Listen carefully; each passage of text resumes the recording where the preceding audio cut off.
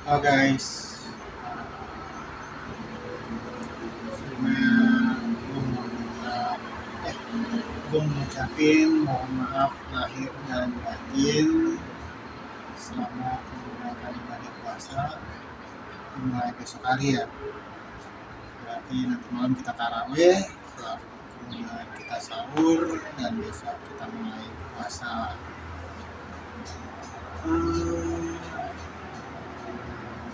Puasa itu terutama di bulan suci Ramadan adalah sebagai simbol bahwa kita umat muslim. Ya, salah satunya sebagai umat muslim harus menjalankan yang namanya ibadah puasa. Mau tidak mau, terima nggak terima, siap nggak siap, memasuki bulan suci Ramadan itu yang namanya yang mengakui umat muslim wajib berpuasa. Ya, boleh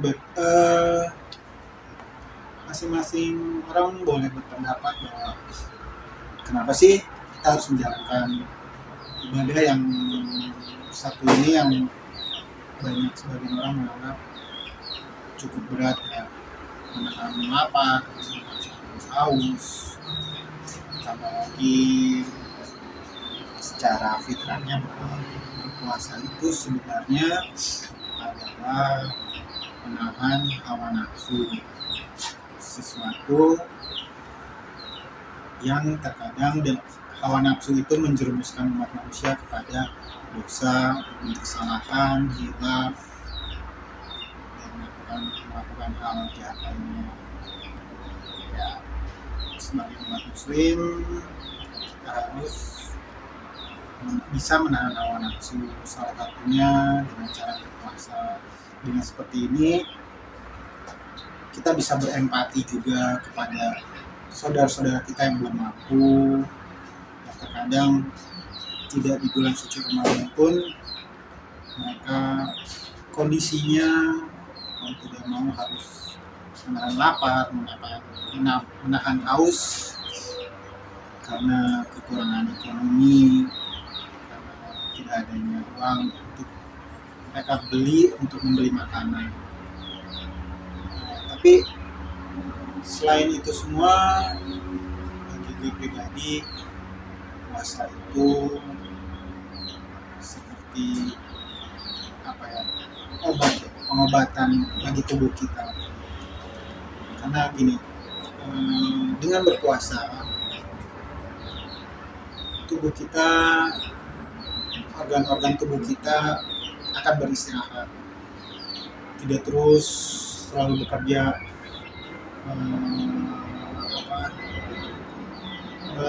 filter makanan yang masuk ke dalam tubuh kita. Jadi ada pesawat lewat. Jadi kan setiap kali kita makan itu ada yang membuat kita sehat, mungkin ada racun untuk tubuh kita ya. Ada sesuatu yang nggak baik untuk tubuh kita. Nah, di dalam organ tubuh kita itu ada bagian-bagian organ yang mampu memilah-milah mana yang baik untuk tubuh kita, mana yang nggak baik untuk tubuh kita. 11 bulan dia bekerja terus untuk memilah-milah mana makanan yang masuk untuk kita itu yang baik untuk tubuh kita itu diserap oleh dia, sedangkan yang bahaya untuk tubuh kita tidak bisa singkirkan. Jadi kalau logika sederhananya adalah bahwa Tuhan menginginkan kita memberi istirahat kepada tubuh kita agar ya organ tubuh kita awet, organ tubuh kita bisa bekerja lebih lama lagi gitu. Sedangkan maksudnya jangan sampai di hari tua organ tubuh kita juga menua gitu, organ tubuh kita juga semakin lemah gitu. Nah, salah satunya kalau menurut gue mensiasati agar organ tubuh kita tetap prima, organ tubuh kita tetap sehat di hari tua adalah dengan berpuasa. Makanya kan selain puasa wajib di bulan suci Ramadan, Allah juga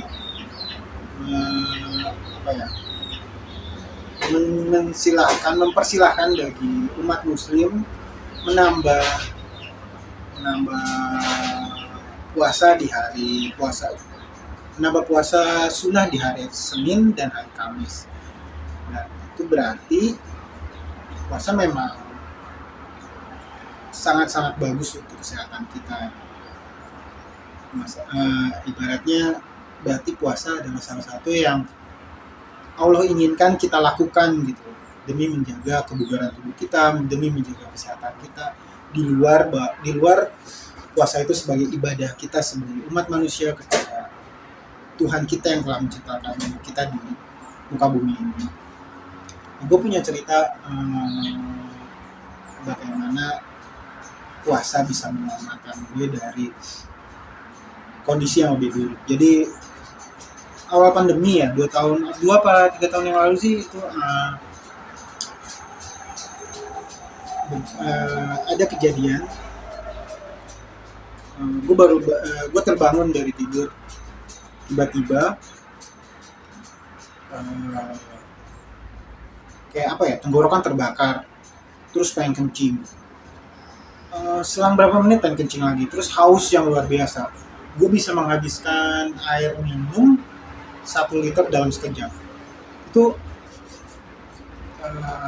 kaget juga sih, biasa 1-2 gelas aja udah kenyang gitu. Itu udah gue menghabiskan 1 liter air mineral itu dalam sekejap dan tidak menghilangkan rasa haus gue. Gue bertanya-tanya gitu waktu kejadian itu terjadi, ini ada apa ya, kok kayak gini gitu, haus terus, lapar terus, kencing terus. Sampai akhirnya gue baca artikel, itu adalah gejala diabetes. Waduh, gue gak nyangka aja, gue pikir ini penyakit para orang tua ya. Ternyata setelah gue baca-baca lagi, diabetes tidak memandang umur, tidak pandang bulu. Ketika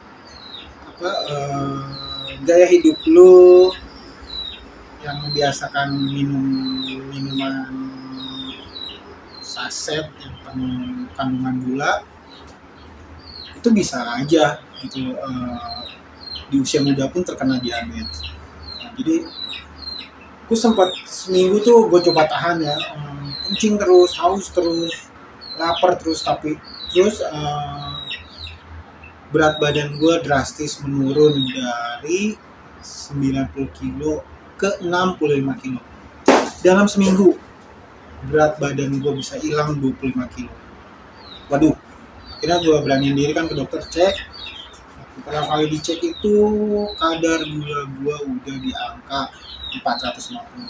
Jadi si dokternya kaget, wah biasanya dengan angka seperti ini dia akan kolaps gitu, nggak sadarkan diri. Terus ada saja organ tubuh dari si pengidap diabetes dengan angka segitu, ada yang tidak berfungsi, kaku atau ya mati rasa lah.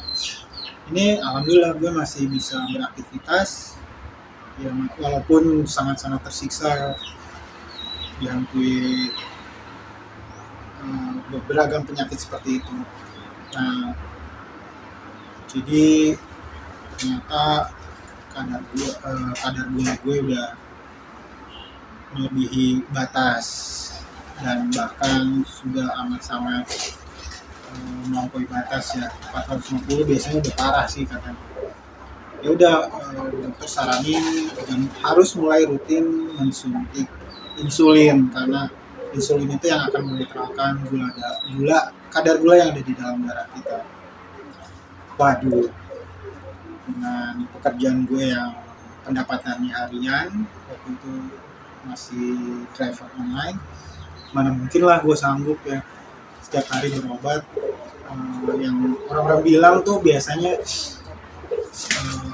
sehari bisa menghabiskan 300.000 rupiah sehari untuk berobat.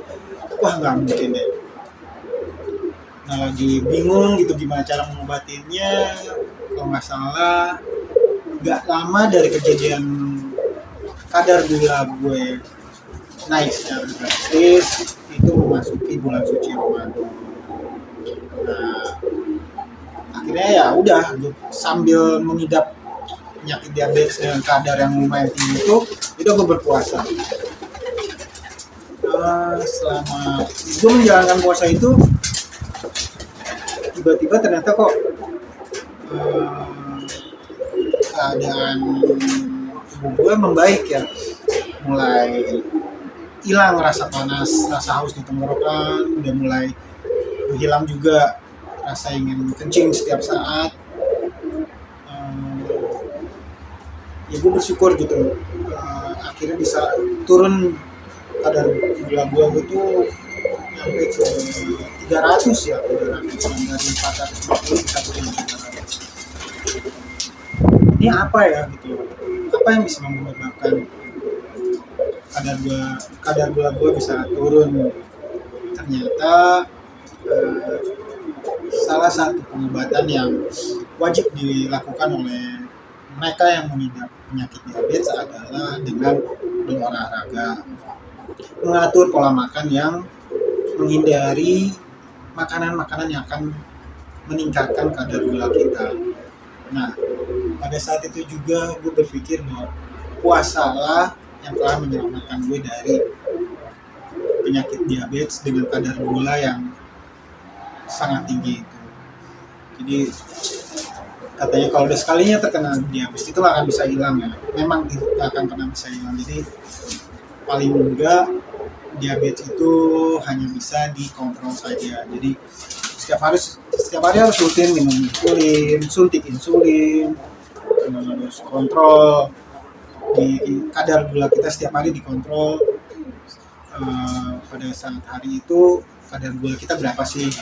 Itu gue tanpa itu semua hanya dengan berpuasa bukan hanya saja terkontrol, tapi alhamdulillah kadar gula gue bisa turun.